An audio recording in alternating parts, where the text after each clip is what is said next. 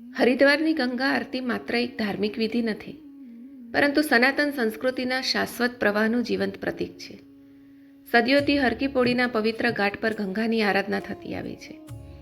સમય બદલાયો, યુગ બદલાયા, પરંતુ ગંગા પ્રત્યેની શ્રદ્ધા આજે પણ એટલી જ અખંડ છે.